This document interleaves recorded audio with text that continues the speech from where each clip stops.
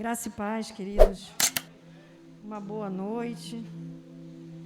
Louvado e engrandecido é o nome do Senhor. Como é bom estar aqui, né? Nessa noite com os irmãos. Quero desde já agradecer ao pastor Edson e a todos que fazem parte desse departamento de estudo, pelo convite de poder estar aqui nessa noite. Não dando o estudo, mas dando apenas uma introdução. Louvado seja o nome do Senhor. Para mim é motivo de alegria, de satisfação, porque é sempre bom, né? De aprendizado também, que a gente está aqui e está aprendendo, né? Então, que seja um momento de estudo maravilhoso, como sempre tem sido para cada um de nós, né? Estamos aqui juntos aprendendo mais da parte do Senhor, em nome de Jesus. E nós vamos dar início, então, ao capítulo 4 do livro Lealdade e Deslealdade. 7 lições sobre a lealdade. Amém? Quem tem os seus livros, quem está acompanhando aí pelo celular. E diz assim, ó. Lição número 1. A lealdade requer persuasão plena. A lealdade requer persuasão plena. Aí diz assim: você deve estar convencido em seu coração acerca de qualquer coisa na qual você esteja envolvido. Para ser um membro comprometido da equipe ministerial, é necessário o que eu chamo de persuasão plena. Aleluia! Persuasão plena. O que a gente entende como persuasão plena? Persuasão é o mesmo que ser convencido, né?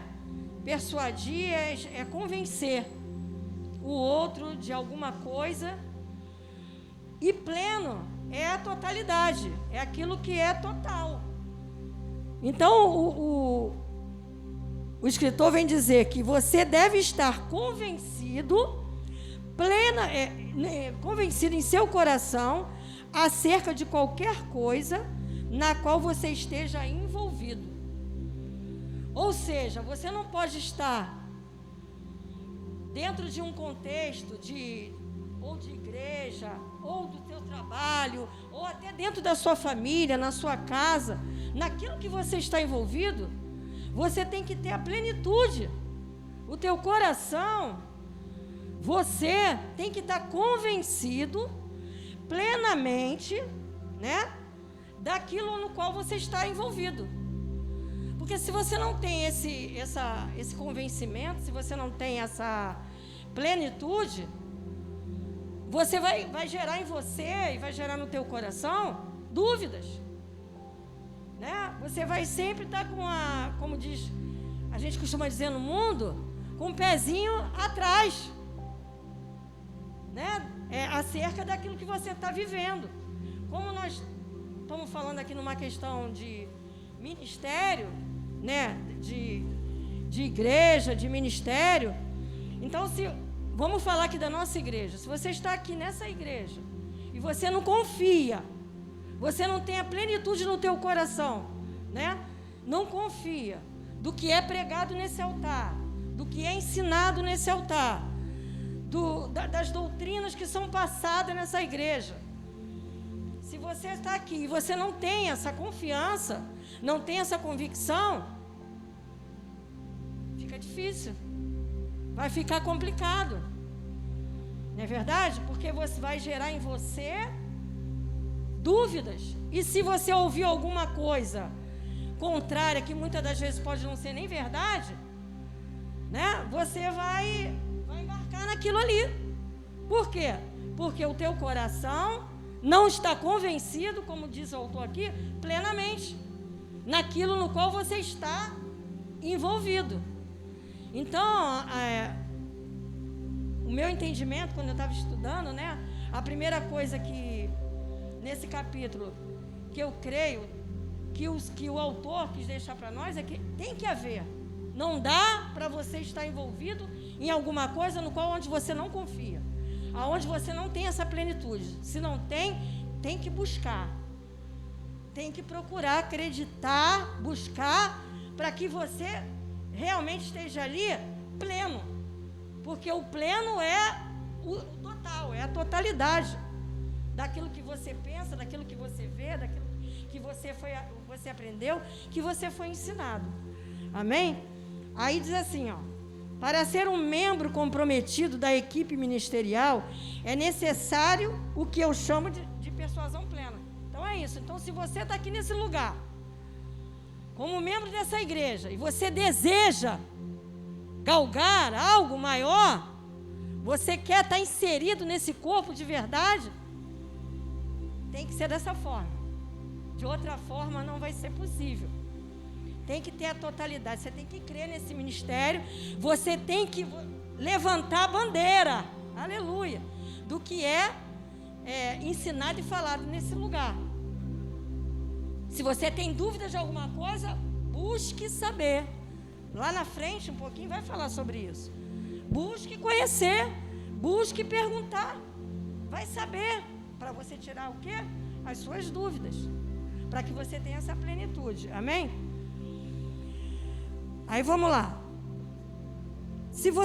Ele diz assim, ó: se você pretende ser leal a mim, você deve estar seguro a meu respeito.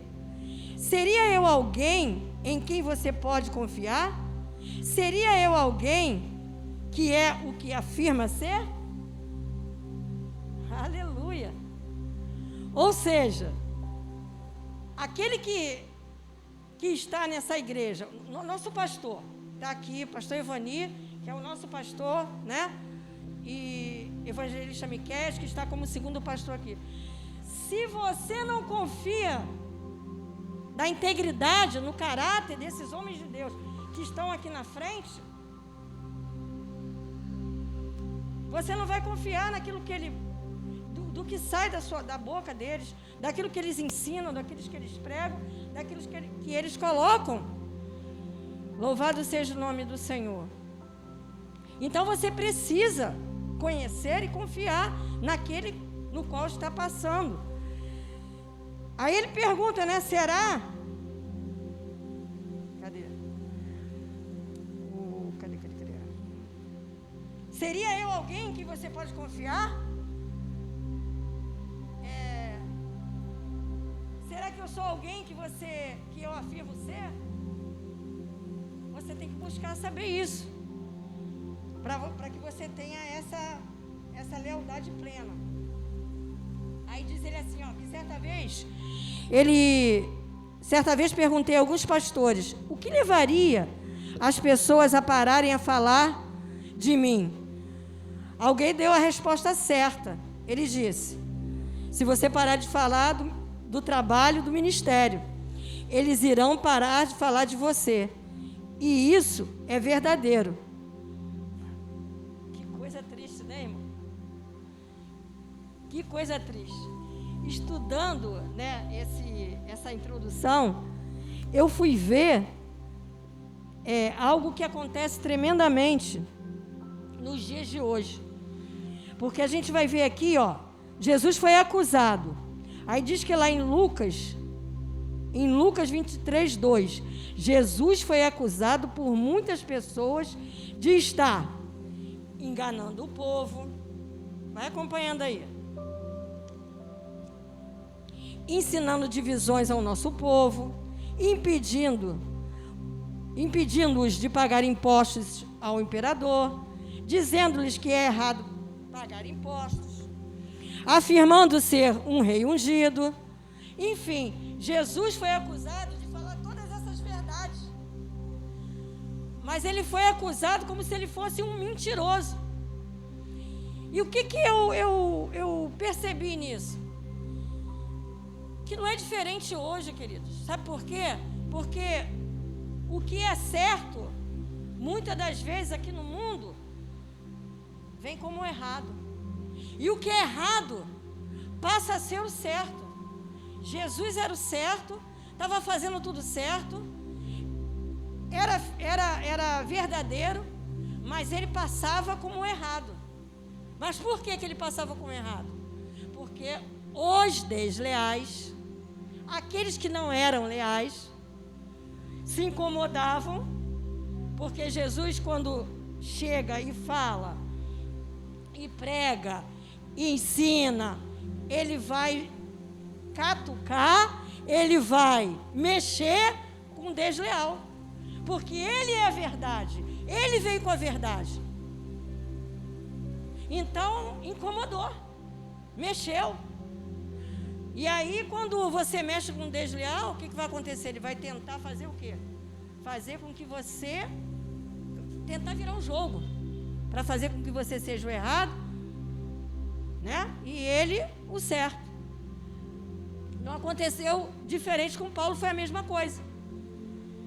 Em Atos 24:5, Paulo também foi acusado de ser uma fonte de transgressão, uma praga verdadeira, uma peste pública, um perturbador da paz, aquele que promove contenda, um fomentador de discórdia, um líder de seita.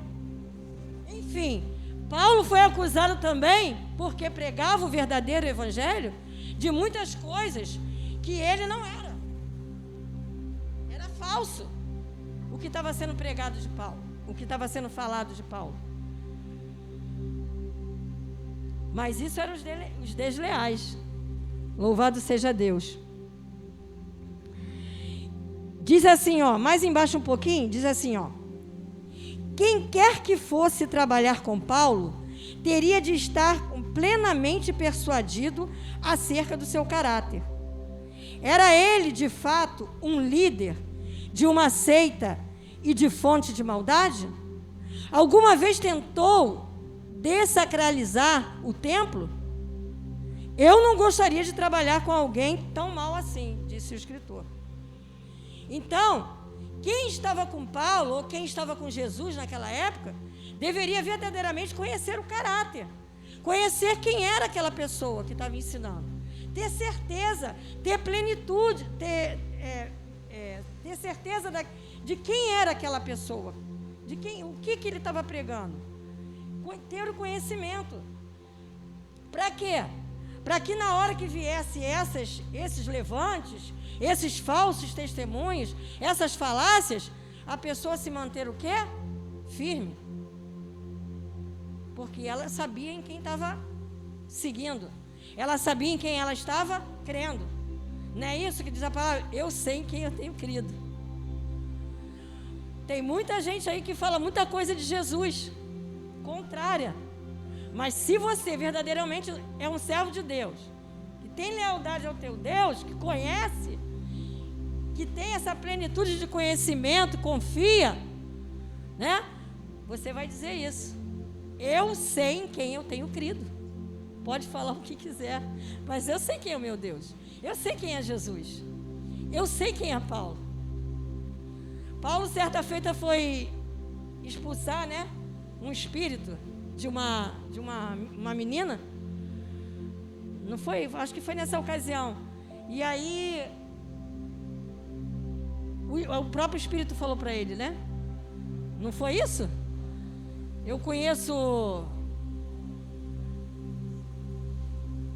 Paulo, né?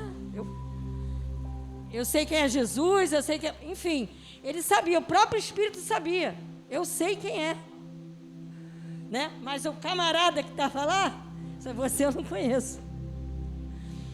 Jesus e Paulo, o próprio Espírito, o próprio demônio sabia. Mas o camarada, não, você não se conhece não. Porque o próprio Espírito estava dando testemunho que Jesus e Paulo, eles eram plenos, eles eram fiéis, eles eram leais àquilo que eles pregavam. Amém, queridos? Esse livro é muito tremendo, queridos. Esse livro é maravilhoso. Aí diz assim, ó: por consequente, é importante esclarecer em seu coração todos os fatos a respeito do ministério ou da pessoa em quem você está trabalhando. Seja plenamente persuadido, de modo que quando as acusações, os desafios, as provas vierem, você seja capaz de permanecer fiel. Ou seja, aonde você está plantado, qualquer área, queridos, eu quero até expandir aqui, em qualquer área da nossa vida, como eu falei aqui, quer seja no nosso trabalho, quer seja aqui na igreja, quer seja no meio da nossa família, onde nós construímos e fazemos tantas coisas, nós precisamos, como disse aqui, é importante esclarecer em seu coração dos fatos a respeito, no caso aqui é do ministério, ou da pessoa em que você está trabalhando. Ou seja, você tem que ter conhecimento com quem você está se relacionando, com quem você está junto ali, trabalhando. Eu estou aqui nesse ministério, vai fazer 3 anos. Quando eu vim para cá, eu não tinha o conhecimento de como era o funcionamento desse ministério. Eu não tinha. Eu tinha de onde eu vim, de onde Deus me enviou para cá. Eu conhecia como é que funcionava lá. Mas aqui eu não conhecia. Mas para que eu viesse a conhecer, eu tive que fazer o quê? Procurar saber. Procurar conversar. Perguntar, me relacionar. Para que eu viesse conhecer, para que se porventura, graças a Deus nunca aconteceu, viesse alguma coisa contrária, alguma conversa, eu já sabia. Como diz aqui, seja plenamente persuadido, de modo de que quando vier acusações, desafios, provas, você seja capaz de permanecer fiel. Porque, querido, não tem como ser leal sem ser fiel. O leal, ele é fiel àquilo onde ele está inserido. Então, esse livro vem nos ensinar, né, nessa pequena introdução, que é necessário, queridos, conhecer. O conhecimento, né, o relacionamento, o conhecimento do teu convívio, das coisas, principalmente aqui do ministério, vai fazer com que você tenha, né, uma visão, que você tenha um conhecimento da onde você está inserido. Você chegou aqui agora, você é novo, não conhece o ministério, procura o pastor, marca um gabinete, vai conhecer, porque de repente você já ouviu muitas coisas. Mas lá é assim, mas lá é assado. Aí você está aqui, você está meio barro, meio tijolo, como diz aí, você está em cima do muro, ou você está com o pé dentro, está com o pé fora. Não, pergunte ao seu pastor: pastor, nós temos aqui, para as pessoas que chegam, novas, eu creio que alguns já passaram, nós temos aqui um gabinete que você marca, é para casais, é para conhecimento da igreja, do funcionamento da igreja, nós temos aqui. Então, se você não sabe, não passou por isso ainda, você tem essa oportunidade. Para quê? Para você ter o conhecimento pleno, para você ter o coração assentado na onde você está inserido, para que quando vier as batalhas, as lutas, as falácias, você, não, eu conheço. Não, isso daí não funciona dessa forma, não. Não é assim que esse negócio funciona, não. Eu sei como é que é, porque eu já conversei, eu conheço, eu estou inserido. Né? Cura da alma. A cura da alma funciona aqui toda quinta-feira. Tem muita gente que chega aqui e fica com medo. Fica, como é que vai ser isso? Como é que é o negócio? Vou ter que ir lá, vou ter que falar, Queridos, é uma bênção. É uma bênção. É uma coisa tão tremenda, tão maravilhosa, o que a gente vê aqui. As pessoas como chegam, como saem, como ficam. É uma coisa linda, é uma coisa maravilhosa. E é algo que nós, precisamos segurar e levantar essa bandeira todo dia. Sabe por quê? Nós somos privilegiados. Porque eu só conheço, eu não sei outras, mas eu só conheço uma que faz esse trabalho. Eu não conheço outra. Eu só conheço conheço uma que também faz esse trabalho. Deve ter outras, mas, queridos, é muito pouca. Então, eu e você somos rara, nós somos privilegiados. Então, temos que ter lealdade. Quando alguém vier falar alguma coisa, peraí, você não conhece. Você já passou lá pela cura da alma? Você já foi lá? Você já participou? Vai lá que você vai ver. Aí você não vai, entendeu? Titubear, não. Você vai manter o teu coração firmado nisso. Então, queridos, que nessa noite, né, pastor Edson vai ocupar aqui dando a aula agora, você possa verdadeiramente, né, firmar o teu coração, a estaca do teu coração, né, na lealdade a esse ministério, na lealdade à tua fidelidade com Deus, com as coisas de Deus, né, para que você não venha, né, ser desleal, nem contigo mesmo, nem com a tua igreja, nem com Deus, né, para que você tenha verdadeiramente uma plenitude. Plenitude é totalidade. Não dá para ser leal em uma coisa e não ser em outra. Não dá para você ser leal aqui dentro da igreja e lá na tua casa, no meio da tua família, você ser desleal. Não tem como. É como diz a palavra, o crente é o seguinte, é o sim, sim e o não, não. O que eu sou aqui, eu tenho que ser lá na minha casa, com meu marido, com meus filhos. Tá. No meu trabalho, eu tenho que ser também a mesma coisa. A minha conduta, o meu caráter, ele não pode variar nos ambientes, nas situações. Não. Ele é o mesmo. Independente. Eu posso estar abatido, eu posso estar entristecido, eu posso estar doente, eu posso estar caído, mas o caráter não. A conduta não. O fato de você estar enfraquecido não quer dizer que o teu caráter pode ser desviado. O caráter tem que se manter de pé. Amém? Então, fica aí com essa pequena introdução em nome de Jesus e que o Senhor nos abençoe e nos encha mais nessa noite em nome de Jesus. Pastor Edson. Amém?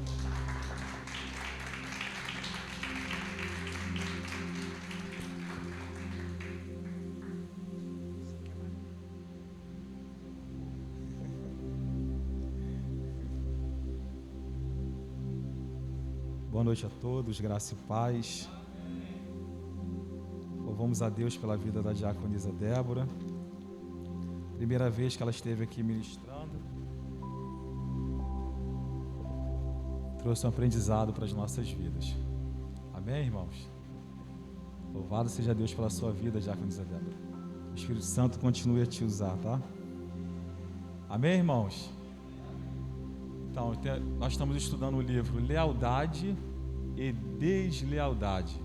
Aqueles que não têm ainda o livro físico, procura alguém da igreja e você vai tê-lo em PDF, tá bom? Para que você possa participar todas as sextas-feiras conosco.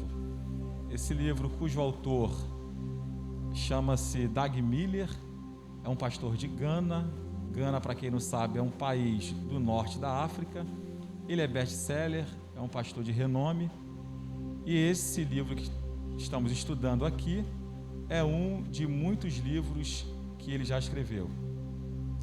Pastor, por que lealdade e deslealdade? O que isso pode ser útil na minha vida? Simples. Você está sentadinho aí aprendendo sobre lealdade. O que é lealdade? É fidelidade. Então você, todas as sextas-feiras, quando você deixa a sua casa e vem à igreja, você está elevando o seu caráter ao nível de excelência, porque nunca chegamos ao limite da excelência. Precisamos se aperfeiçoar sempre. A Bíblia diz que a gente vai brilhando, brilhando, brilhando até ser dia perfeito. Ninguém é perfeito que possa falar, não, eu não preciso aprender mais sobre algo. Você sempre precisa acrescentar, agregar, ainda que você seja um mestre naquilo, porque o conhecimento ele não tem limite. Então hoje estamos aprendemos um pouquinho aqui com a diaconisa sobre lealdade. E isso dentro de você será útil não somente dentro da igreja. Você sendo leal, você pode manifestar o caráter de lealdade no seu trabalho, como foi dito aqui. Você pode manifestar dentro da sua casa. Ser leal é te tornar autêntico. te tornar verdadeiro, fazer de você um homem e uma mulher de caráter, porque o mundo tem vindo como onda impetuosa, maculando o nosso caráter. E nós, nessa sexta-feira, como em muitas outras, temos aprendido que nós, cristãos, temos que ir na contramão do mundo. Se o mundo perdeu os seus princípios, se é que um dia teve, nós não vamos abrir mão deles. Se lá a mentira é normal, nós aprendemos aqui que a mentira não é normal. Então é todas as sextas-feiras que a gente aprende um pouquinho, quer seja com a diaconisa, quer seja com o presbítero Luiz Antônio, quer seja com o nosso diácono, que deu uma aula excelente na sexta passada, quer seja com Miqueias, a gente sempre aprende um pouquinho.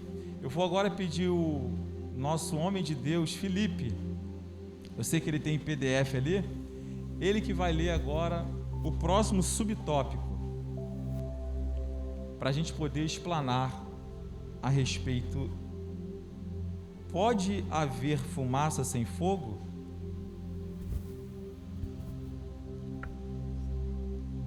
Há um ditado que diz: aonde há fumaça, há fogo. Em outras palavras, há alguma verdade em todo rumo? Rumor. Prefiro dizer: descubra a verdade de fato atrás de cada rumor. Havia alguma verdade nessas terríveis acusações? A resposta é não.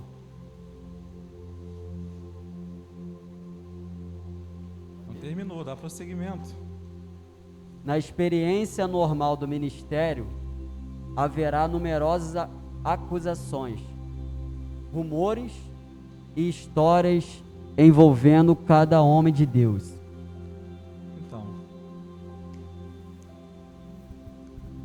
esse subtópico, o que ele diz? Pode haver fumaça sem fogo? Nosso irmão já leu, não vou ler de novo, mas eu só quero pegar a parte que ele diz aqui.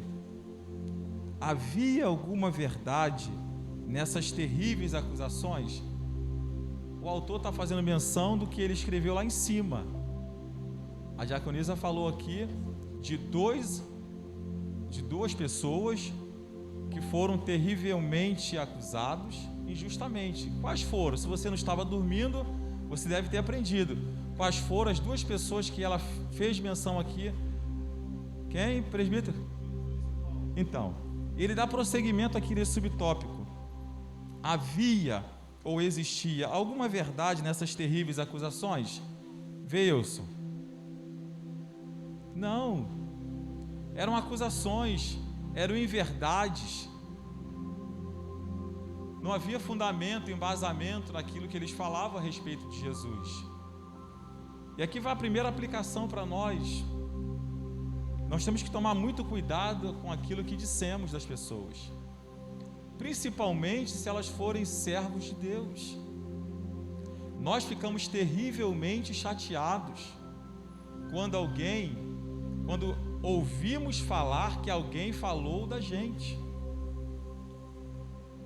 Ficamos ou não ficamos, diácono João? Presbítero, a serva do Deus vivo lá atrás, você fica chateado ou não fica? Olhando para o lado, é você mesmo, Samara. Só balançar, fazer assim com o dedinho. Todo mundo fica. Mas por que quando chega a nossa vez de falar de alguém, nós falamos como se fosse algo tão prazeroso, tão gostoso? Mateus 7, versículo 1. Na medida em que você julgar, você vai ser julgado. Então toda ponderação para proferir qualquer palavra a respeito de alguém é pouca. Nós temos que tomar muito cuidado com aquilo que dissemos de alguém. E mais cuidado ainda, quando alguém vai até você falar mal de alguém. Eu sei que é muito complicado isso. Eu sei porque você não quer nunca desagradar ninguém. Então você vai ouvindo a pessoa falar, você entra na onda. Só que na verdade o correto é você como cristão se posicionar. Não é isso, diaconisa Débora? Poxa, mas eu prefiro não comentar desse assunto, eu prefiro me reservar educadamente. Lembro-me que no trabalho eu fui muito infeliz. Um colega comentou algo comigo de uma situação e eu, sem maldade nenhuma, não tive intuito nenhum de prejudicá-lo, longe de mim tal coisa. E comentei com o meu colega superior a mim a respeito do comentário que o colega havia feito, e disse para ele o seguinte: um colega fez tal e tal comentário, e eu queria saber se você colocou no grupo ou não, porque eles precisam estar a par dessa informação. Não, eu já coloquei no grupo. Eu falei, não, ele falou que não colocou. Será que você esqueceu de colocar? Então eu vou avisá-lo. Fui na pessoa avisar, para você ver que não teve maldade. Eu fui na própria pessoa, falei, olha, falei com fulano e fulano disse que colocou no grupo, então eu acho que você que não observou a informação. Olha, aquilo deu um problema, que ele interpretou que eu fui levar essa informação para o meu colega, a fim de fofocar, pronto, para que vocês entendam. Resumindo a história, o meu intuito não foi esse, eu fui infeliz por ter levado essa informação adiante, mesmo que na minha inocência. O que fiz para que, a Bíblia diz que sem lenha o fogo se apaga, então, mesmo você não estando errado, tem hora que você tem que dar a cara a tapa como cristão, para que você cesse toda a contenda. Então eu fui até o colega e falei, poxa, eu quero me retratar, você é cristão, também sou, quero te pedir perdão. Não teve intuito nenhum, porque eu fui direto a você te comunicar que eu havia falado com ele. Imediatamente, diácono João, foi cessado o problema. Eu falei, me perdoa se você se sentiu ofendido, se você interpretou que foi uma fofoca, se você feriu o teu coração, eu quero me retratar e pedir perdão, mesmo que eu não tenha tido intuito de te prejudicar, mas eu quero me retratar. Então veja que, mesmo você falando na inocência, você pode ser envolvido em problemas. Então, quanto menos a gente falar, irmãos, comentar, falar, é melhor. Se eu fizesse aqui algumas perguntas, certamente vocês iam contar algumas histórias que vocês já se viram numa situação delicada por comentários que vocês fizeram na inocência, simplesmente porque comentou de alguém, e aí gerou vários problemas. E detalhe também, nós temos que tomar muito cuidado com a mídia. Um dia um colega meu me repreendeu. Eu falo porque eu não tenho vergonha de falar, nós somos seres humanos. Eu tenho que, foi o Felipe que falou no monte, né? Nós temos que nos despir e revelar a nossa humanidade. Não, o pastor é um ser impecável, que não grita, que não fica chateado, que não bate nos filhos, que não se ira. Não, nós também pecamos. A Bíblia diz que aquele que falar que não peca já pecou. Então eu comentei, irmão, estou dentro da palavra, eu comentei de um político que havia sido preso, um colega, mas comentei num ar de já sentenciar, só porque ele foi preso. Só que eu errei, o meu colega, eu achei aquilo tão bonito que eu falei, eu agradeci a ele. Falei, poxa, muito obrigado, porque ele se posicionou, além de me exortar, esclareceu a minha mente. Olha, isso pode ser uma prisão injusta, isso pode ser a mídia maximizando porque ele é religioso e etc. E detalhe, no campo jurídico, existem dois tipos de prisões, a cautelar e a preventiva, que não se baseia na culpa. A Constituição é clara, a culpabilidade é só com trânsito em julgado. Pode ter pessoa preso lá na cadeia agora, na prisão preventiva ou temporária, que é inocente. Pastor, quando acontece o trânsito em julgado? Quando encerra todas as instâncias. Você é condenado em segunda instância, você não é culpado. Aí sentenciou, trânsito em julgado, a última instância, aí você é culpado. Condenado e culpado, e vai pagar pelo que você fez. Então eu cometi esse erro, nós temos que tomar muito cuidado. Eu queria que o irmão abrisse, aquele que achar primeiro pode abrir, tá? Está dentro do que nós estamos falando, de comentar, de falar, de difamar. Salmo 15, versículo 2 e 3. Aquele que achar primeiro pode ler, por favor. Vamos começar a desfolhar a Bíblia aí.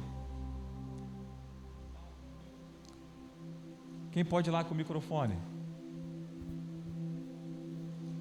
Salmo 15, versículo 2 e 3.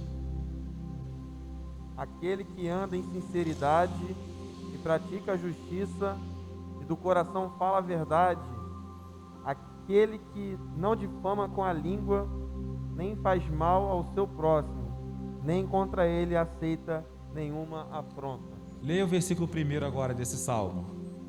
Senhor, quem habitará no teu tabernáculo?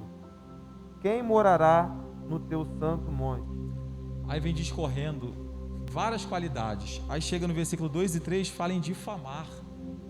Aquele que não difamar vai usufruir do versículo 1. O que é difamar? O que é difamar? É falar mal. Difamar é falar mal. Eu não posso falar mal. Eu estou proibido pela Bíblia de falar mal. E nós, vez ou outra, nos pegamos assim, falando mal, comentando. Nós temos que vigiar mais com a nossa língua. Provérbios, capítulo 11, versículo 9, 11 e 12. O primeiro que achar, sinaliza. Nosso pastor lá. Lê alto, querido. Provérbios 11, 9... 11 e 12. 9, 11 e 12. O ímpio com a boca destrói o próximo, mas os justos são libertados pelo conhecimento. Pela bênção que os retos suscitam, a cidade se exalta, mas pela boca dos perversos é derribada. O que despreza o próximo é falto de senso, mas o homem prudente, este se cala. Está vendo? Salomão foi o homem mais sábio que a terra já conheceu. E são 3 livros que eu amo: Salmos, Provérbios e Eclesiastes. Tanto o Provérbio quanto o Eclesiastes tem como autor Salomão. Te sugiro que leia, porque trará muita sabedoria para a tua vida. Olha que versos lindos. Provérbios 10, 18, para a gente dar prosseguimento. Próximo subtópico. Provérbios 10, 18.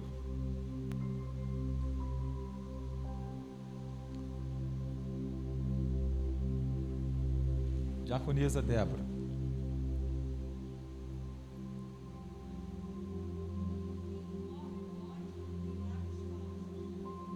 Difama é um insensato. Olha, o que difama é um insensato. O que é insensato? É um tolo, é que não tem sabedoria. Então precisamos usar mais a fé e guardar mais a língua. Amém, igreja? Vamos dar prosseguimento aqui para a gente aprender mais sobre lealdade. Todos os pastores serão acusados. Isso é óbvio. Lembro-me, disse o autor, de ter visitado um pastor que havia sido acusado de ter cometido adultério com algumas mulheres membros de sua igreja. Um jornal popular havia publicado essa história escandalosa. Decidi visitar aquela igreja em um domingo de manhã para encorajá-lo. Naquele dia, à medida que eu interagia com alguns dos pastores e membros leais, percebia que provavelmente havia as questões em sua mente. Eu soube imediatamente que eles precisariam ser plenamente persuadidos a respeito do seu pastor. Era a palavra dele contra a palavra do seu acusador. Quem estava dizendo a verdade? O acusador ou o pastor? Se você decide permanecer, você deve estar preparado para defender confiantemente a integridade do ministério. Não permaneça em um ministério se você tem muitas questões não respondidas em sua mente. Responda às perguntas por você mesmo ou saia. Nesse contexto, ele conta uma história de um pastor que estava sendo acusado de adultério. Só que, na verdade, eram acusações pelo livro e pelo contexto, dá a entender que esse pastor era inocente. Só que até quem estava próximo a ele estava desconfiado. Será que é inocente mesmo? Será que fez? Será que não fez? Você não deve afirmar nada sobre alguém ou sobre alguma coisa se você não tiver absoluta certeza. E falaram isso e isso do pastor Edson. Vocês vão acreditar no primeiro momento ou vão desacreditar? O primeiro momento é desacreditar. Até que prove o quê? Os fatos. Tem uma acusação contra o presbítero, tem testemunha, tem prova cabal, tem prova de vídeo, foto, áudio. Você viu? Não, me falaram. Isso é muito subjetivo. Falar o diabo entra na mente de qualquer pessoa e fala mal de você. Tem que ter provas. Por isso nós temos que tomar cuidado. Isso assim que surge a fofoca.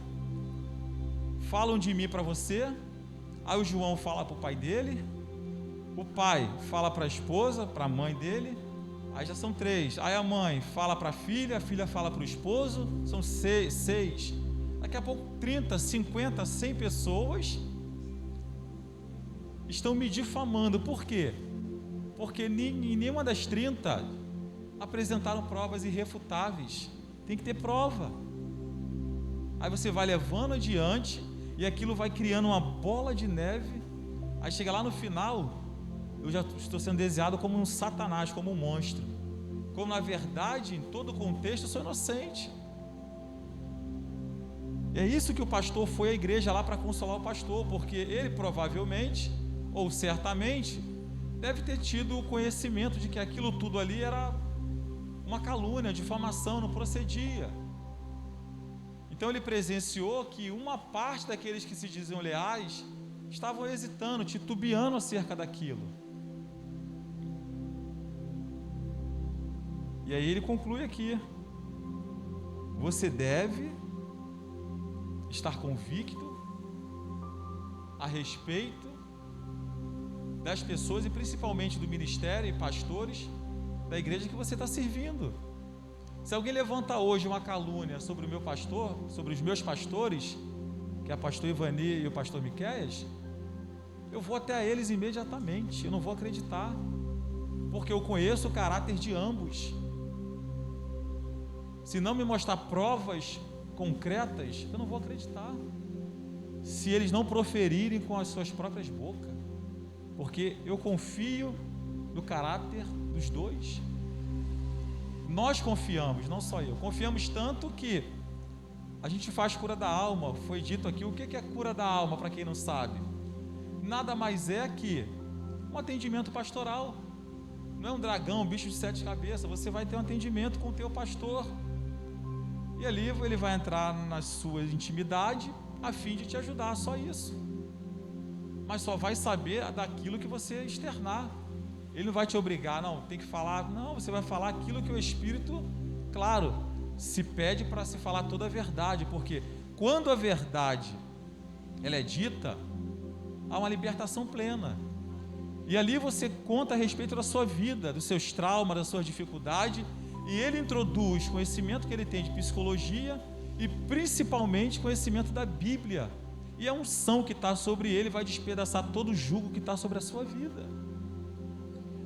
Homens de Deus, levantado por Deus, essa de que maldito é o homem que confia no homem.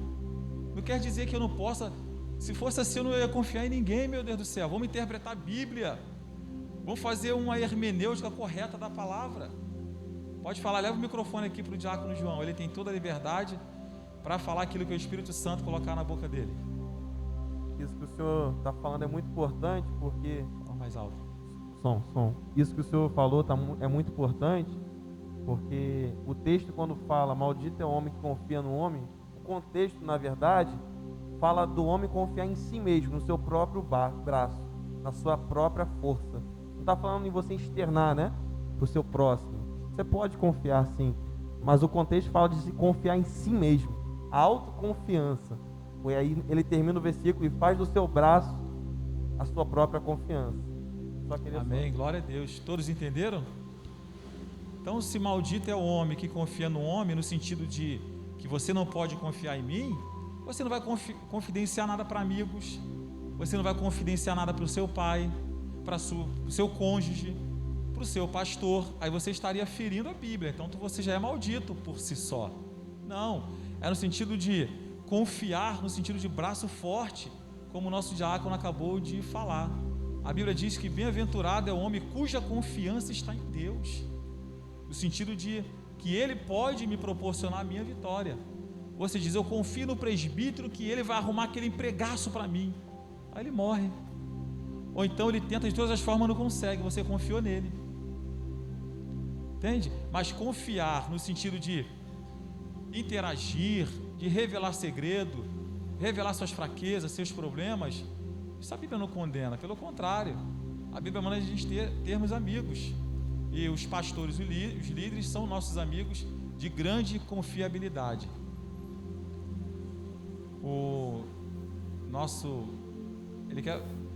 Ele aqui primeiro, depois passa o pastor tem também toda a liberdade para...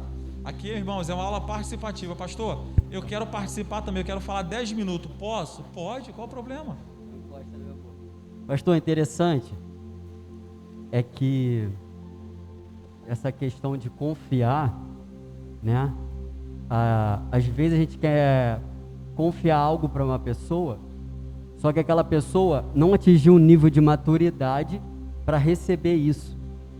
E acaba você falando para as pessoas específicas que vão entender aquele assunto, né? E aí as pessoas pensam, o pastor Edson é muito na dele, não fala nada. Por quê? Porque a pessoa ainda não conseguiu um nível de maturidade para entender o assunto e não expor o Senhor, em vez de ajudá-lo. Entende? Porque tem pessoas, como o senhor acabou de falar, ela vai expor a situação. E tem aquele ditado, né? Um amigo tem um amigo, daquele outro amigo, e aí, meu irmão, vai criando uma bola de neve. Glória a Deus pela tua vida. E quem entendeu claramente o que ele disse? Nós não podemos expor. Quando eu falei de expor, não é proibido você expor, mas você tem que saber para quem você vai expor. Porque ele acabou de ressaltar algo muito importante. Você não pode contar a sua vida para todo mundo. Mas tem aquela pessoa que o tempo já disse que aquela pessoa é de caráter. Você sente que aquela pessoa é de caráter. É seu amigo, é sua amiga. Então você conta. Mas não é para todo mundo. Isso é muito realmente perigoso. Como o nosso diácono falou, daqui a pouco está todo mundo sabendo da sua vida. Quem contou? Aquela pessoa que você julgou ser de confiança. Então, todo cuidado é pouco. Pastor, fique à vontade. Graças e paz para os irmãos. Pastor, fui consagrado a presbítero pela misericórdia. É que já o diácono João me chamou de pastor semana passada. Roger sempre está me chamando de pastor. Eu não sou pastor. Estão profetizando, amém. Se for do querer de Deus, eu recebo. Me perdoa. Mas sou presbítero, mas pode me chamar de irmão Fábio também. Não tem que se desculpar. Dentro desse contexto, desse estudo abençoado que nós estamos participando dessa noite, eu busquei um versículo aqui em 1 Timóteo, capítulo 5, o versículo 19, que diz assim: não aceiteis denúncia contra o presbítero, senão exclusivamente sob depoimento de 2 ou 3 testemunhas. Então a própria palavra do Senhor, ela nos adverte que não é para a gente dar ouvidos a qualquer acusação, senão quando se tem, como já foi muito bem dito pelo pastor nessa noite, provas concretas. E mesmo assim tem que se ir em direção a quem de direito, quem está apto, constituído por Deus, a julgar toda aquela situação ali, e não ficar espalhando pela igreja, como muitos fazem. E Paulo, rapidamente, serei breve, ele sofreu inúmeras acusações, como foi lido aqui nessa noite, pela nossa diaconisa Débora, que foi uma fonte de transgressão, como uma praga verdadeira, uma peste, enfim, acusaram Paulo de inúmeras coisas. Mas o que é interessante em Paulo é que ele mesmo, ele vai elogiar os crentes de Bereia, falando que era sobremodo excelente, mais excelente do que os de Tessalônica, porque examinavam as Escrituras. ele tinha esse cuidado de não somente que as pessoas acreditavam em tudo que ele falava, mas sim do que a Escritura do Senhor afirmava. E ele gostava disso, porque Pedro fala também que Paulo escrevia em algumas situações, assuntos difíceis, que muitas pessoas deturpavam para a destruição deles. Então, se Paulo fosse um herege, se fosse alguém mal intencionado, a última coisa que ele ia fazer é pedir alguém para examinar a Escritura, como o nosso Senhor fala, né? Diante dos seus acusadores, aquele que acusavam a Jesus também, ele vai dizer: examinai as Escrituras, porque vocês julgam ter nela vida eterna, e são elas que testificam de mim, que anunciava a vinda do Messias, e eles se gabavam da Escritura, chamando Jesus de falso profeta, que expulsava demônios no nome de Belzebu. E aí Jesus fala: examina a Escritura. E os sinais com Cristo eram evidentes. Então, muitas acusações nós temos que, não primeiramente não aceitar, mas verdadeiramente, quando se tem prova, aí sim há pessoas capacitadas por Deus, levantadas por Deus, para julgar toda uma situação. E sobre a cura da alma, eu sou um novo membro, né, do Comunhão Rara, já visito há alguns anos, desde que minha mãe começou a congregar nessa igreja, amo esse ministério, e estou conhecendo. Então aqui fala, exatamente, aqui foi lido, que não permaneça em um ministério se você tem muitas questões não respondidas na sua mente. Então a organização do Ministério Rara tem me chamado muita atenção. Essa coisa de você chega, não é logo apresentado, você não é logo inserido no grupo da igreja. Tudo tem um contexto, isso é muito válido, porque a gente sabe que os dias de hoje são difíceis. Pessoas que se rebelam em seus ministérios, levantam falsas acusações contra os seus líderes e saem rebelados de um ministério, procura logo o outro. E aqui, já foi me pedido o telefone do meu antigo pastor, e automaticamente, de pronto, foi dado, foi conversado, porque eu não posso ingressar em um ministério se eu não estou bem resolvido em outro. Claro, com certeza. Então essa organização do Rara, isso tem a cada vez mais me conquistado, me chamado a atenção, e é bom isso, a gente saber se identificar e estar feliz no ministério que nós estamos ingressando. Isso é importante. Estou procurando saber do regimento interno do Comunhão Rara, a identidade rara, para que depois eu não venha falar besteira quando se foi, porque eu aprendi assim, quando eu estou ingressando. Inclusive eu fui até mal interpretado uma vez, ingressando no ministério. Eu não pedi o regimento interno, eu pedi o estatuto da igreja. Aí pensaram que eu queria saber acerca de finanças, essas coisas. E é uma outra coisa também que nós somos privilegiados nessa igreja, é a transparência da igreja. Então. Não todas as igrejas que são assim, são poucas igrejas que te dão a oportunidade de você saber acerca de finanças.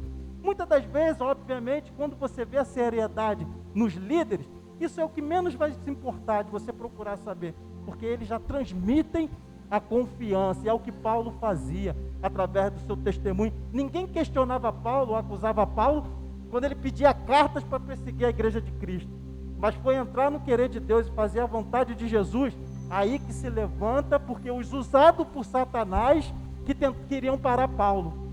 Porque agora eu finalizo aqui, pastor, porque a nossa diaconisa leu.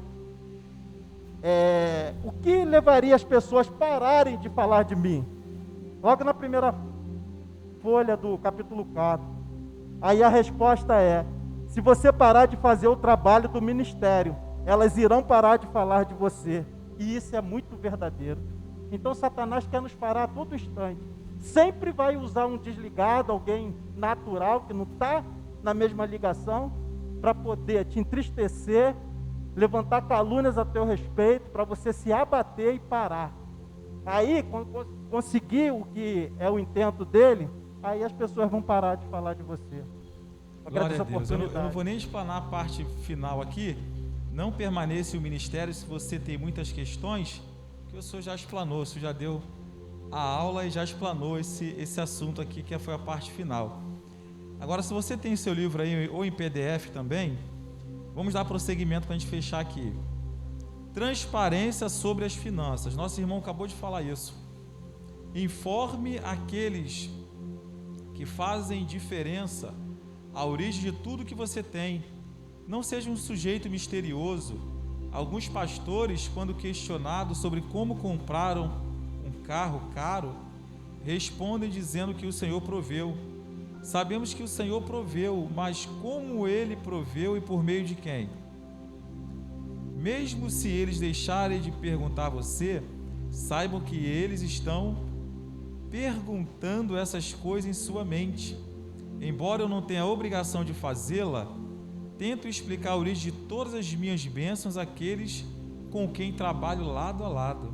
Quero que eles estejam plenamente convencidos a respeito do que realmente sou.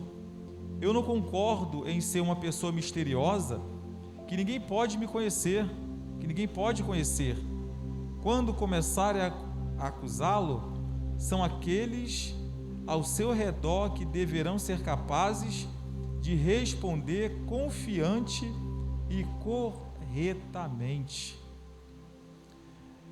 Dentro disso aqui, irmãos, dentro disso aqui é claro que ele está falando especificamente para pastores, mas se estende a todos nós. Lembro-me que a revista Forbes, a revista muito conceituada, ela inseriu em uma de suas folhas que o Silas Malafaia tinha X de patrimônio. Só que na verdade foi uma mentira. Mas como ele ia falar que aquilo era uma mentira se não provando? O que ele fez? O que poucos fazem. Declaração de renda, de imposto de renda, diz tudo a seu respeito. Você declara o seu patrimônio ali. Enfim, eu não sei de forma minuciosa, que eu não sou contador e nem administrador também. Mas com o imposto de renda, com o que se declara, sabe-se quanto você tem de patrimônio, quanto você ganha, enfim. Então ele amostrou o imposto de renda dele. Ele amostrou todo o patrimônio que ele tinha. Conclusão: posteriormente, a revista Forbes teve que fazer uma matéria se retratando com o pastor Silas Malafaia. Estamos falando de transparência. Então ele foi muito transparente. Quem é um pastor que faz isso? São poucos. Ele teve ousadia em falar: não, essa manchete é mentirosa. Eu não sou um dos pastores mais ricos do Brasil. Não procede, não tem isso de patrimônio. Ele foi em um programa de televisão e fez questão, em um horário nobre, revelar todo o seu patrimônio que ele tinha, que ficava muito aquém daquilo que havia sido declarado pela revista. Claro que você não vai dizer tudo, nem o pastor vai falar tudo sobre a sua vida financeira. É algo de foro íntimo, mas nada impede dele, pessoas próximas a ele, Miqueias e alguns que são mais próximos do pastor, o pastor tecer comentário da vida particular dele. Isso, como disse o autor, isso traz segurança para aqueles que estão perto dele e confiança ao mesmo tempo, para que quando alguém levantar: o pastor comprou aquele carro. Não, o pastor tem outra fonte de renda, você não sabia não? O pastor não está roubando a igreja não. Então você terá mais força, presbítero, para defender aquela pessoa. Como que eu vou defender o João de algo se eu não sei daquilo? Olha, eu não vou nem comentar nada, eu não sei, mas se eu tiver conhecimento nas mãos, não é nada disso não, é isso. É isso que o autor quer dizer aqui. Não é que ele fala para a gente sair falando da nossa vida financeira, e certamente o pastor não vai sair falando também da vida dele para a gente. É das pessoas próximas que precisam, para quando surgir qualquer tipo de problema, ter pessoas que se levantem: não é desta forma, é desta forma aqui. Amém, irmãos? Agora entra no que o nosso irmão falou, presbítero: transparência sobre sua visão. Deixe que as pessoas saibam o que você está procurando alcançar. Deixe que saiba por que você é tão zeloso acerca de sua visão.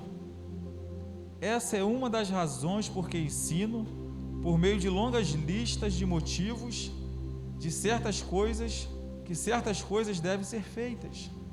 Certa vez, diz o autor, ensinei as 20 razões por que você deve ser um membro permanente de uma igreja.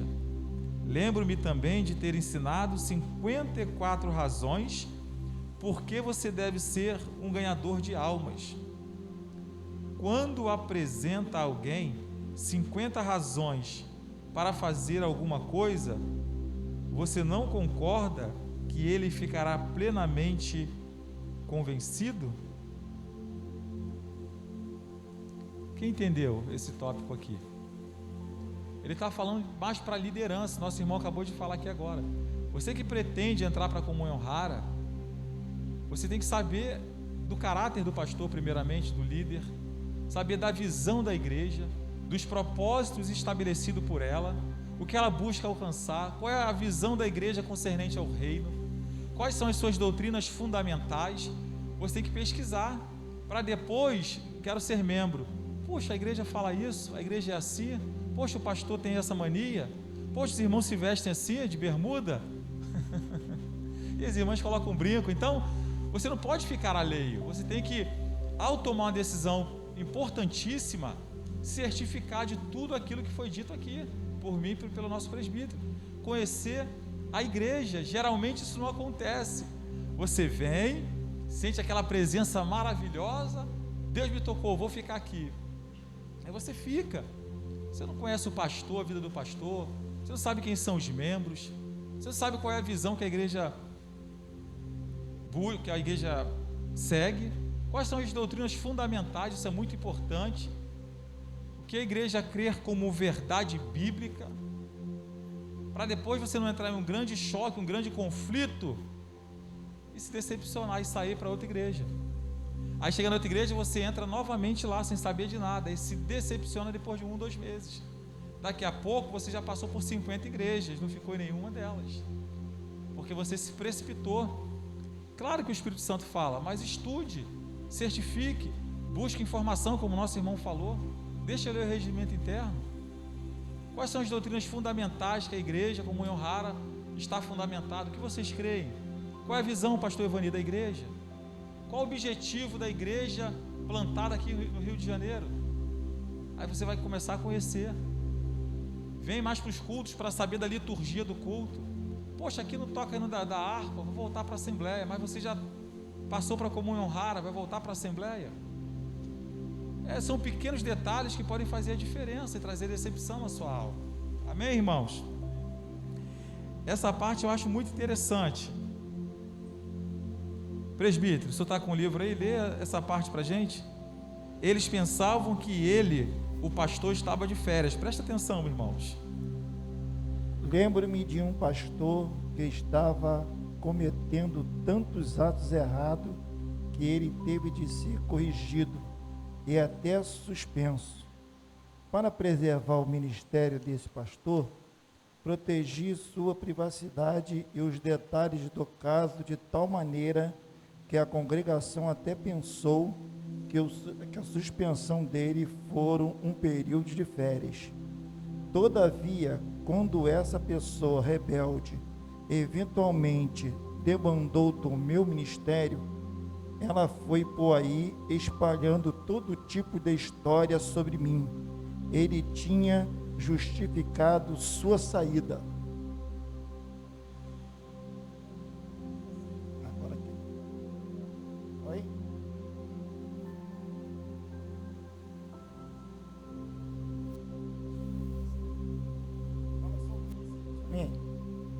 Então tá bom, deixa eu dar prosseguimento. Ele tinha de justificar a sua saída inesperada. Porém, ninguém sabia que esse pastor era alguém que estava sob medidas disciplinares por causa de seus múltiplos atos errados. Bom, isso aqui se vê muito, se ouve muito, se presencia muito. Um membro peca, eu já vi isso. O pastor expõe. Mas quando a cúpula, um dos pastores peca, abafa o caso. Ou seja, pecado de pastor não pode ser exposto, é só o do membro. 2 pesos e 2 medidas. Balança injusta. Porque pode falar do meu pecado e do pastor A e B não pode? Qual a diferença? Existe muito isso. Eu sou amigo do João, do diácono João, nós somos pastores. Aí ele pecou, nós somos amigos, eu vou acobertar o pecado dele, não vou contar para ninguém. Pastor, o senhor está dentro da lição? Ora, acabamos de ler isso, foi exatamente isso que aconteceu. O pastor Doug Miller, depois lá na frente, ele expõe que isso foi um grande erro. Um colega dele peca, ele não expôs para a congregação, deu umas férias, vai passear, alguém vai esquecer de você. Quando ele voltou, ele se rebeliou do ministério, ou seja, o pastor foi ajudar ele, foi acobertar o pecado dele, esse pastor deu troco. Qual foi o troco? Saiu do ministério, e saiu falando mal ainda do ministério. E detalhe, quando os membros descobriram que aquele pastor estava em pecado, esse pastor Doug Miller teve problema. Ué, pastor, o senhor escondeu o pecado dele, por quê? Então veja que o caráter dele ficou em xeque. Ele não foi um homem leal, não foi um homem verdadeiro. E aqui na frente, ele justamente fala desse erro. Lembro-me de uma revelação que o Senhor me dera, cerca de 2 anos atrás, a respeito de um adultério de um pastor. Eu falei tanto para o pastor quanto para o líder, e o problema foi exposto. Então, não cabe a mim expor pecado de ninguém, mas eu não posso ser conivente, porque a Bíblia diz que nós não podemos ser coniventes com obras infrutuosas das trevas. Eu sou pregador, o diácono é meu amigo João, sabe que eu estou em pecado. Ele me vê domingo pregando aqui e não fala nada para ninguém, ele está errado tanto quanto eu. A Bíblia reprova isso, ele tem que denunciar, ele tem que falar. Ele não pode ser conivente com o meu pecado. A Bíblia diz: exortai-vos uns aos outros todos os dias, pelo dia que se chama hoje, para que ninguém se endureça pelo engano do pecado. Acã, quando pecou, o que Josué fez? Trouxe ele para o arraial e puniu ele, foi punido para que servisse de exemplo para os outros. Eu estou falando que o pastor tem que expor o nosso pecado, mas dentro desse contexto aqui, se eu não se arrepender, o João tem que prontamente: pastor, já falei com o pastor Edson, ele está cometendo esse tipo de pecado, e trago agora para o senhor discipliná-lo, porque ele não pode estar no púlpito pregando em pecado. Ele não está fazendo fofoca, ele está colaborando com o reino. A obra de Deus é séria. Amém? E esse pastor, ele fala que ele cometeu esse erro, que não era para ele ter feito isso. Ele foi acobertar o pastor, e lá na frente ele tomou o troco. Agora eu estava debaixo de fogo cerrado. Diaconisa Débora, pode ler? Ele conta aqui agora o erro que ele cometeu. Quando todos os tipos de questões emergiam a respeito desse sujeito, tive muito trabalho para explicar isso às pessoas. Ironicamente, os membros da minha igreja agora estavam questionando a minha integridade. Essa foi uma grande lição para mim. As pessoas, às vezes, é bom explicar certos assuntos à medida em que se desenvolvem. Transparência acerca do que está acontecendo gera confiança, compreensão, certeza plena e especialmente durante uma crise. Pode prosseguir. Você não pode ficar neutro em uma crise. Você deve conhecer o assunto e enfrentá-lo. Você deve saber no que você crê e deve estar preparado para morrer por isso. Não quero trabalhar com ninguém que é neutro. Ou você é a favor do que está acontecendo, ou é contra. Continua? Pode continuar. Caro amigo cristão, esteja plenamente persuadido do que você está em uma boa igreja, onde Deus quer que você esteja. Esteja plenamente persuadido a respeito do pastor responsável, antes de se aventurar no ministério de tempo integral esteja plenamente persuadido com relação a isso. Isso é essencial para o desenvolvimento da verdadeira lealdade. Olha o problema que esse pastor estava enfrentando agora, Diácono João. Estavam questionando a integridade dele simplesmente porque ele ocultou aquele caso de grande relevância. Na cura da alma, eu vou ressaltar isso para que não fique nada no ar. É falado inclusive pecados que nós cometemos, que você cometeu. E o pastor, ele é meu amigo. Nunca ele comentou de vida de ninguém comigo. Porque há uma ética pastoral que diz que ele não deve comentar de vida de ninguém. Só quando eu falo que tem que expor, irmãos, é dentro desse contexto, entenda, pelo amor de Deus. É que o pastor vai expor seu pecado para a igreja, vai contar para todo mundo, é dentro do contexto que estamos estudando. Houve uma situação muito grave. O pastor tinha pecado. E ele simplesmente não comentou com ninguém. Fechou entre ele e o pastor. E o pastor saiu e gerou outro problema. Então ele tentou minimizar ou tentou evitar um problema, só que na verdade ele criou outros problemas maiores. Ele podia contar com o corpo ministerial, fazer uma reunião, perguntar o que o corpo ministerial achava daquilo, disciplinar, e quem sabe até contar para a igreja. Mas não, ele quis fazer tudo às ocultas, provavelmente quis proteger um colega dele, um amigo dele, porque ele inclusive fala que ele errou com esse procedimento, e aí trouxe grandes problemas para ele.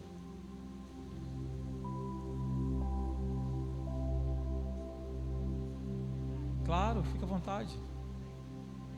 Diaconisa Débora aqui. Então, vale a pena a gente ressaltar aqui, né, como o senhor citou aí, quando a gente faz a cura da alma, a gente ali expõe, né? Isso. A nossa vida de uma certa forma e fala de pecados que cometemos e tal.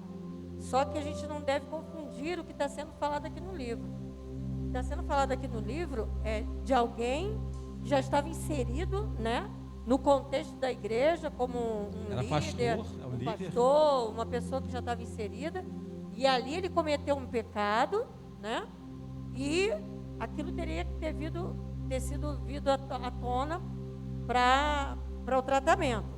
No caso da cura da alma, nós devemos ficar tranquilos, que é como o pastor falou aqui, você vai revelar lá e de lá de dentro não vai sair nada, porque você está expondo algo, mas você não está inserido na coisa. Algo que já aconteceu lá atrás. Ali é para um tratamento. A cura da alma é um tratamento, a cura da alma vai te trazer uma libertação, né, e um tratamento. Então, nada vai sair dali. Né? Então, isso é bom ficar explicado, né, porque de repente a pessoa pode confundir. Por isso que eu fiz questão de ressaltar aqui. Eu, inclusive, irmão, sugiro você que não tenha feito, faça, é muito bom. Eu, inclusive, fiz. Nada sai lá de dentro. Nada. Tenha certeza disso.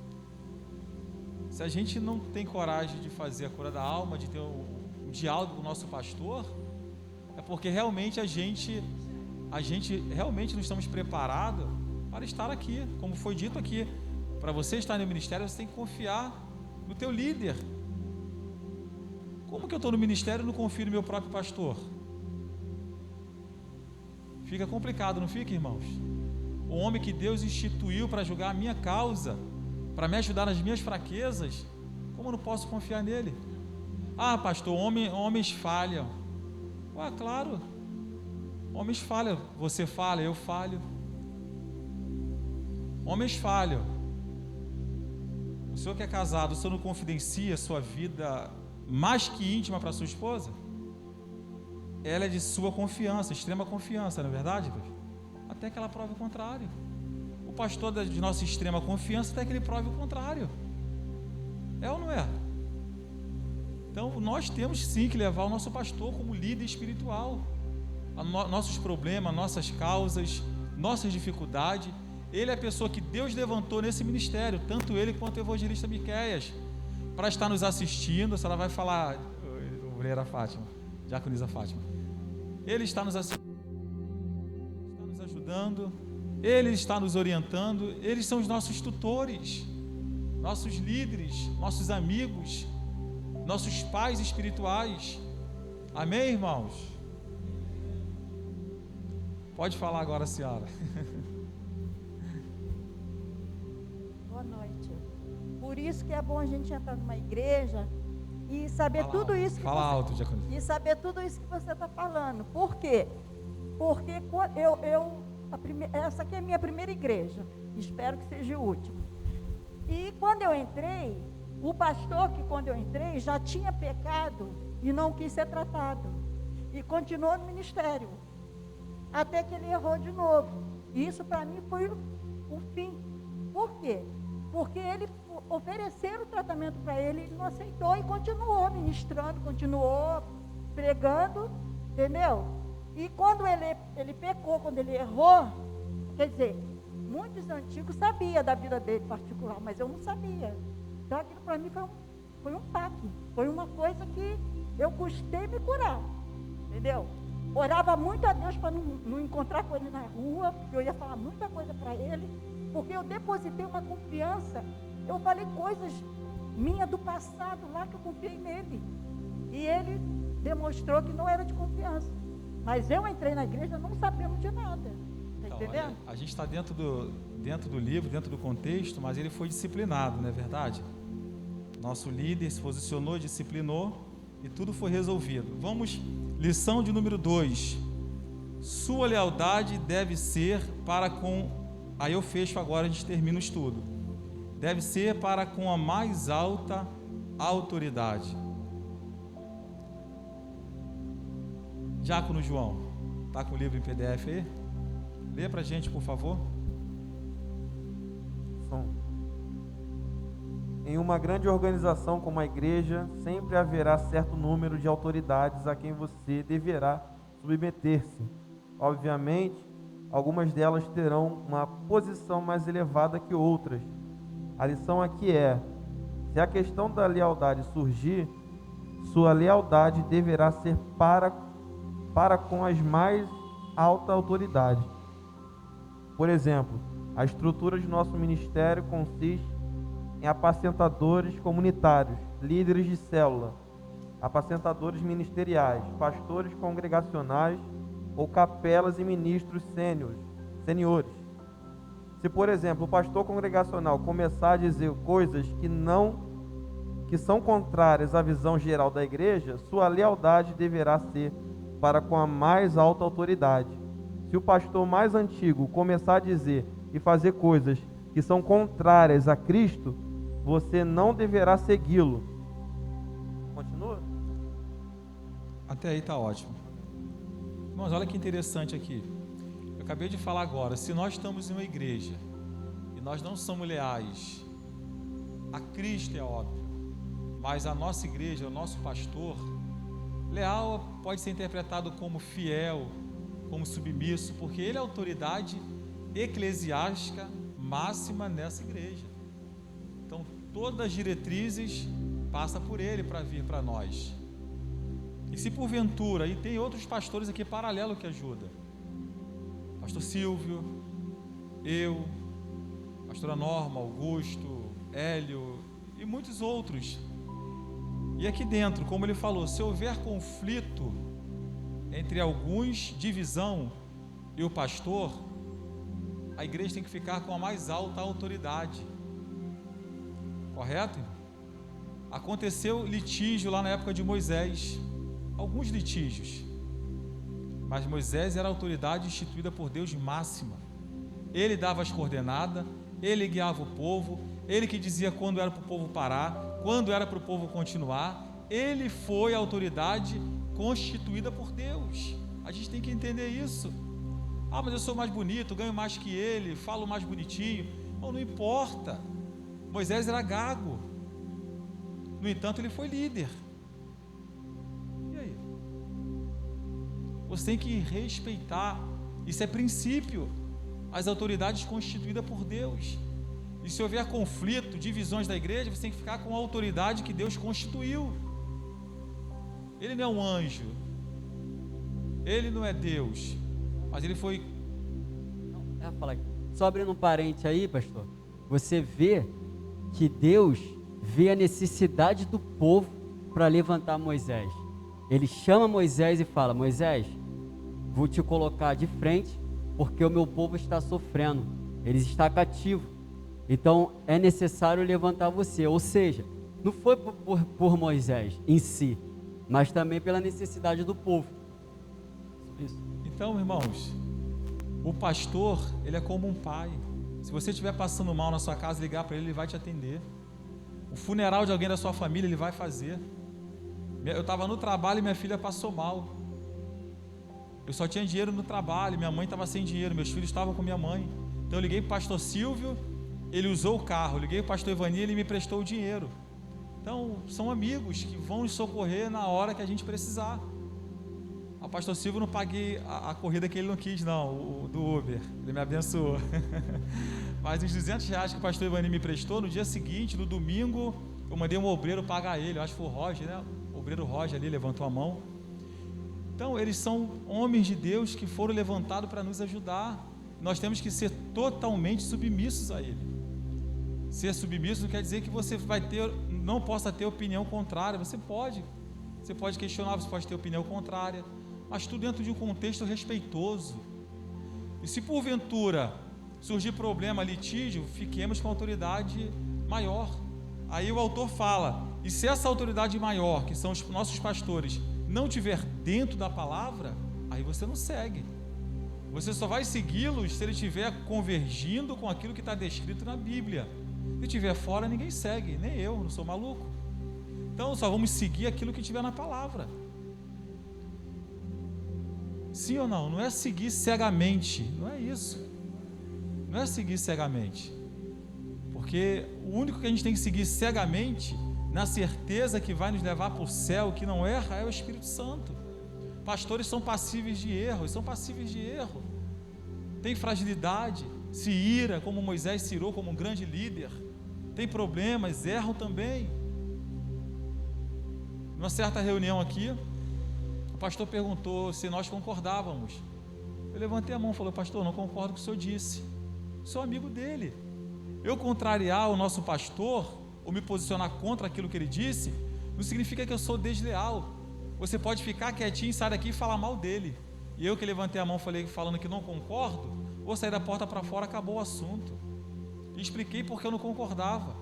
E no final ele se retratou porque ele estava errado. Humildade. E eu, lealdade e sinceridade. Nós temos que ser assim uns para com os outros. Leais, sinceros, verdadeiros, honestos. A Bíblia diz: falar a verdade uns aos outros. Temos que amar sem fingimento. Tudo de maneira respeitosa, porque quem tem amor vai tratar o próximo com respeito. Até a exortação tem que ser com amor, diz a Bíblia. Quem está entendendo? Amém, irmãos? Louvado seja Deus por mais uma sexta-feira. Louvo a Deus pela vida de cada um de vocês, inclusive louvo a Deus pela minha vida, que há 20 anos atrás eu estava perdido aí, vagando nesse mundo, como alguns da minha família, que vir para cá e deixei eles lá, vocês sabem em qual estado, mas eu oro por ele e não julgo, porque um dia eu estava da mesma forma que eles estão hoje. Sexta-feira, né? Sextou, mas sextou para nós também, porque estamos na presença do Altíssimo, sendo refugiado por ele numa praga que assola não somente o Brasil, mas todos os continentes. Estarmos aqui na sexta-feira é um grande milagre do céu.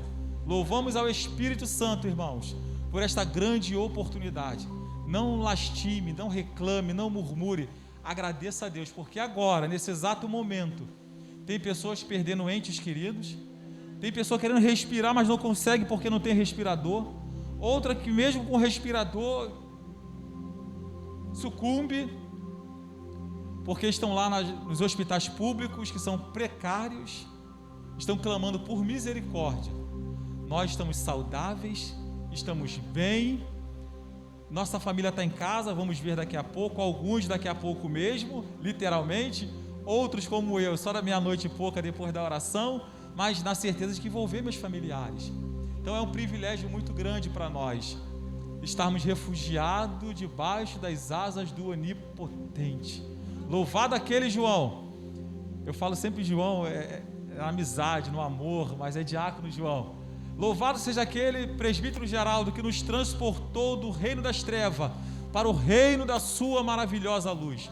Outrora o Senhor andava perdido nos biricuticos, da vida, mas louvado seja Deus que a sua esposa clamou, a sua mãe clamou e a graça te alcançou. E hoje estaremos juntos, unidos em oração neste lugar. Louvar não tem maior, não tem menor, irmão, todos nós somos iguais. E no amor nós vamos crescendo de graça em graça, até um dia escutar do Altíssimo Deus: vinde bendito de meu Pai, possuir por herança aquilo que vos está preparado antes da fundação do mundo. Você é importante para Deus, nós somos todos importantes para Deus. Não abandone a sua fé. Não sei o que você está passando, não estava nem programado para falar isso, mas não importa, Deus, Ele é contigo. Ele enxugará dos teus olhos todas as lágrimas. Ele é o teu maior amigo. Você entra para o teu quarto e só vê a parede, não tem amigos, mas o Espírito Santo é o teu maior amigo. Ele nunca vai te deixar. O homem deixa, os parentes deixam, como deixaram Jó, mas existe um que te ama e vai te amar eternamente, chamado Jesus. Ele te ama independente do que você tem, independente do que você faz, independente de qualquer coisa. Ele te ama de maneira muito gloriosa e vai te amar para sempre, não vai te deixar só. Ele está contigo nesse barco, não temas. Pastor, mas as águas estão bravias. Ele tem o domínio das águas. Pastor, meu barco vai naufragar. Ei, ele deu a ordem para o barco, para os discípulos, passai para o outro lado. E veio uma grande tempestade, mas o que Jesus falou? Passai. Se ele liberou a palavra passai, é porque eles iam passar independente do que acontecesse no curso daquele mar, daquele caminho. Ei, não importa se o mar está bravio, se as ondas impetuosas estão batendo sobre o teu barco, você vai chegar do outro lado para a glória e honra do Senhor. Porque quem sustenta o teu barco não são os seus recursos, nem as suas capacidades náuticas, nem a sua sabedoria, nem a sua inteligência. Quem guia o teu barco e sustenta a sua vida é um apenas, Jesus de Nazaré. E Ele tem nos sustentado até o dia de hoje. Eu peguei Covid, o presbítero pegou Covid, o diácono João pegou Covid, a sua mãe pegou Covid, muitos outros pegaram Covid, mas não sucumbimos, porque as boas mãos do Senhor esteve sobre nós. E muitos irmãos, talvez que eu nem saiba, teve Covid, mas o Senhor nos livrou. Louvado seja Deus, já foi isso. Por isso que há mais de 20 anos eu sirvo esse Deus, eu vou servir enquanto eu viver, independente de qualquer coisa. E fecho, fiquemos de pé.